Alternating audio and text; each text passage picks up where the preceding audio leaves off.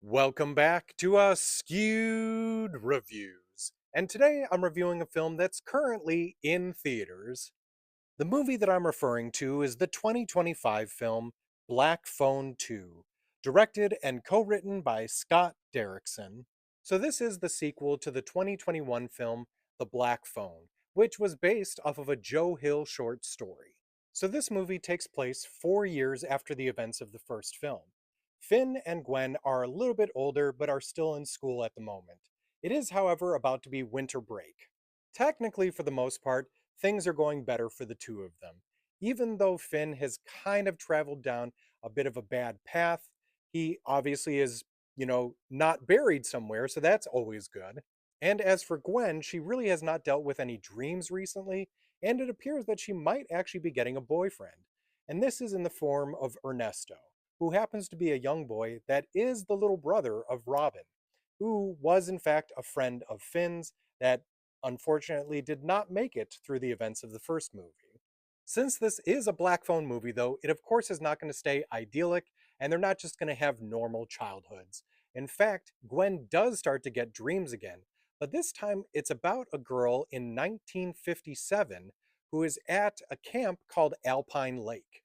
Gwen tries her best to not really deal with it much, but it is going to force her to deal with it, as now she has some sleepwalking spells that are putting her in some very awkward situations and some situations that seem to be leading towards the grabber.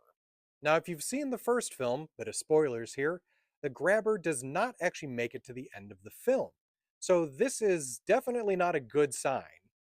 After some arguing, Gwen finally does talk Finn into joining her and Ernesto as being counselors in training at Alpine Lake for this little winter break.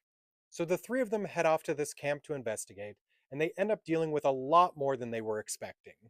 And to make matters worse, there ends up being a blizzard that traps all of them at this camp along with the other people that are working there. So, with some heavy supernatural issues, will these kids be able to figure out and discover the mystery of Camp Alpine Lake, or will something terrible end up happening to them instead? So, for me personally, I ended up really enjoying this one, about the same level as the first film, just for different reasons. The first thing I really want to mention about this film is once again the acting. It is so well done. The kids did a great job in the first film, but even better so this time around. Now, mind you, Mason Thames did a good job in the first one and stays consistent. Madeline McGraw really brought up her acting ability in this film. Not that it was bad in the first one, it was already amazing, but this was almost to another level. And of course, Ethan Hawke, ah, so good as now a classic horror character that I think is going to be remembered for a long time. So I'm going to make sure not to spoil anything for anyone, but something I do feel necessary to mention is I really appreciated this film because it was a really big homage to classic movies like A Nightmare on Elm Street and Friday the 13th. If you see it, you'll know what I mean. Now, I have heard some people are actually not a fan of the film because of that, but I really like what they did. I don't feel like it was just a copy paste.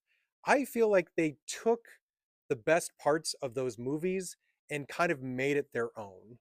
Something else that I found funny and only really realized after the film when I was looking at this on IMDb, but two of the characters, two of like the counselors, are Barb and Ken.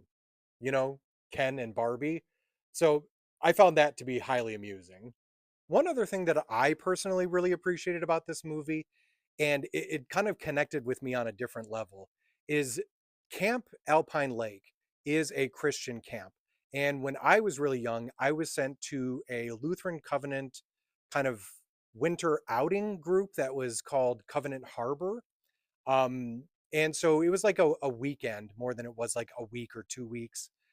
But, so I would go to it regularly, but man, did I get some major vibes of that same type of feeling. And the characters of Barb and Ken, they're very Christian characters, just very, very religious, we'll say it that way. And I definitely remember people being like that. And so me and my really good friend Andy, who I always go to see horror movies with, who also I used to go to these church events with, we just found that highly amusing. Just The setting and those characters were very reminiscent about other things that we also dealt with.